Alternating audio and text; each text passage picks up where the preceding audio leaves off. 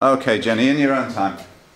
Okay, so my topic is Twitter taking over journalism. So it's all on journalism and its impact on social media, but mostly Twitter. And the amount of news that's instantly spread through Twitter nowadays has increased quite a lot over the years. So, and not all of it is always real as well. And Twitter is obviously a social media platform, and it's where basically anything can be posted. And someone could just tweet something like randomly, and it can turn into something big. But then that could turn into like a fake news article because journalists will just write stories on anything just to get money. So then that bit of information could just be like completely false, and then it turns into a big fake news article. And sometimes people can't really tell the difference between real and fake news, so then they're led to be believing the wrong thing. Are Twitter under any obligation to check that at all? Do you know? Do they just publish anything? Well, like obviously people can just like tweet whatever they want. Yeah. So then they'll tweet it, and then I guess People have been banned from Twitter, haven't they? Have anyone been banned for fake news? I don't know. Like people get locked out of their accounts a lot for all sorts of different reasons. But like, and it's not even all to do with news. Like people, it's if someone tweets something bad, then sometimes it can be something to do with like birthdays or whatever. So it's not like it's all just that. But then there's a lot of things at the moment as well that say that Twitter's ruining journalism. So I thought that because it's like going on at the minute, it's something that would be interesting to do. So for our project, it'll be a series of blogs with different areas for like that's kind of like all with this topic. So then there'll be about 500 to 1,000 words each, and then there'll be like a few on different topics which I've got listed later on. And I'll be doing like things about getting opinions from like family members, friends, and people online who like from Facebook or Twitter and stuff, for like so I can see the difference in their answers from like people from different places in the world and like different generations.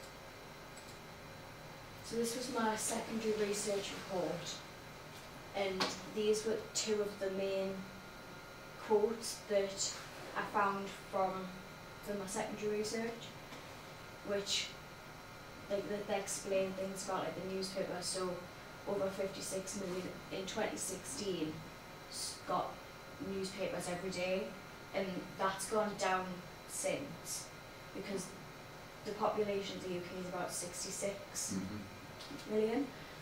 So it's now, I mean, it is going down from this, but you can see that a lot of people do still buy them, even though social media has like mainly like that's got the most people. And then you can see here as well that Twitter they fail to report any additional efforts for like advertisements. It's like they put loads of random advertisements on, and then that's become a problem.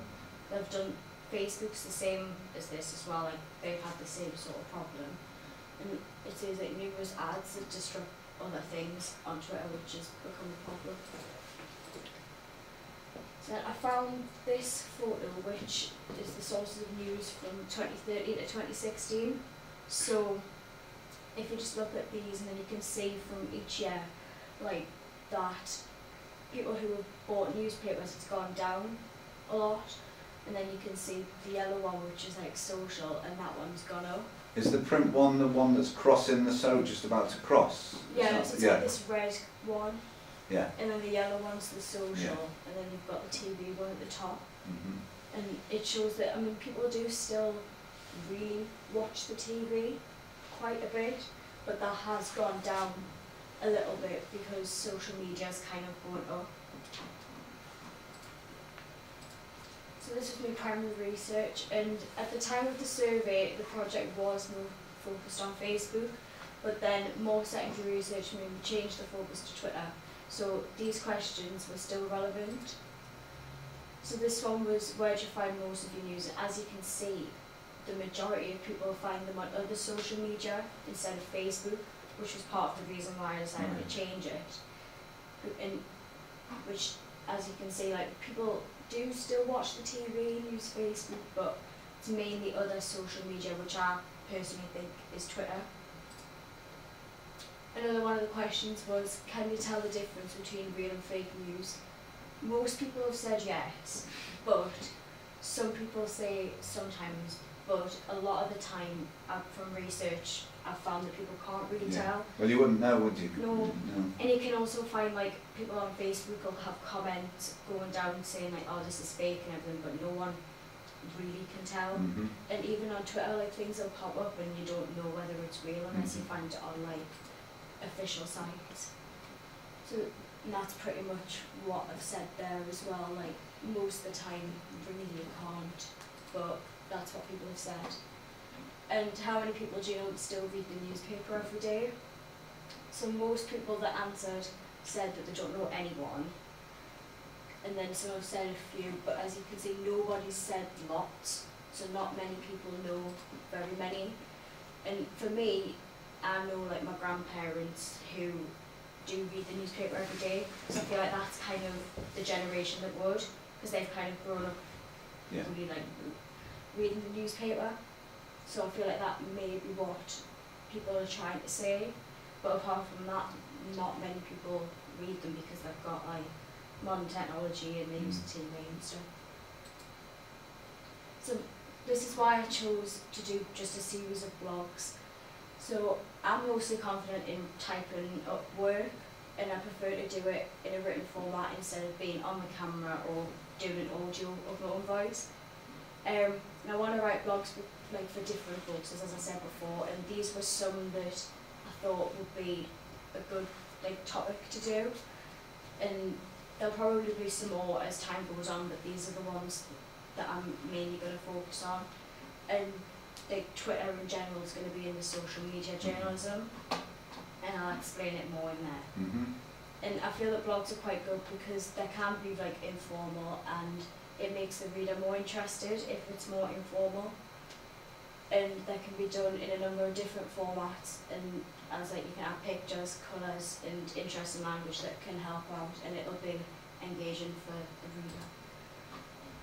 There's not really much to do for a budget if you're just going to do blogs, but you'd really just need a laptop that can connect to the internet so that you can access Google Docs, so that it automatically saves your work, because if something happened to the computer, then it'll still be there, so you can keep it with your work. Have you thought about using another blogger site in any way? That might be a nice thing to do, might be to actually put it out there rather than just the Wix inward facing college like I can one. publish them on Wix, but then maybe, like, put them onto another blog site, things such as, like, WordPress and stuff maybe an like outward that. facing one that you can actually reach the world. Yeah, That'd and be then good.